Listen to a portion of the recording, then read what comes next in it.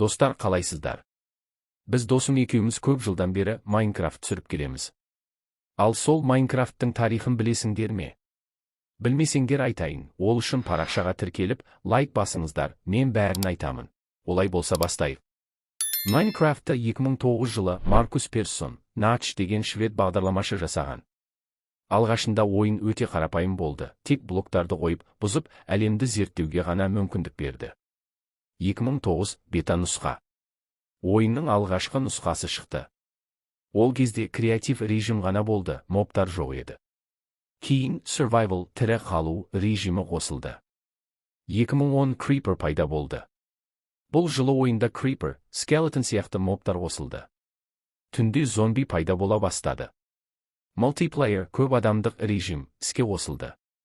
2011 толық нұсқасы шықты. Майнкрафт 1.0 ресми түрде шықты. Эндер әлемі қосылды, ойынға Эндер дракон енді. Mojang компаниясы ойынды дамытуға кірісті. 2014 Microsoft сатып алды. Microsoft Майнкрафтты $2.5 миллиард сатып алды. Ойын әртүрлі платформаларға шыға бастады, телефон, Xbox, PlayStation. 2016-2020 жаңа жаңартулар. Aquatic Update 1.13 мұхиттарға суасты храмдары, дельфиндер қосылды. Village Pillage 1.14 ауылдарға рейдтер қосылды. Nether Update 1.16 тозақ әлемі толық өзгерді, жаңа биомдар қосылды. Caves Clefts 1.17 1.18 жерасты әлемі үлкейіп, үңгірлер мен таулар жаңарды. The World Update 1.19 Warden моба және терең қараңғы үңгірлер қосылды. Қазіргі заман 2024.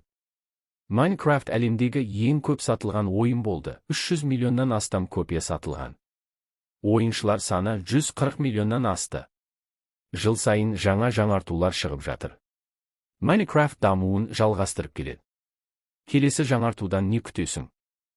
Осылайша біз Майнкрафттың тарихын аяқтадық, енді қай ойынның тарихын айтайық. Сіздермен бірге болған Рако KZ арнасы, парақшаға жазылып лайк бас сау болыңыздар.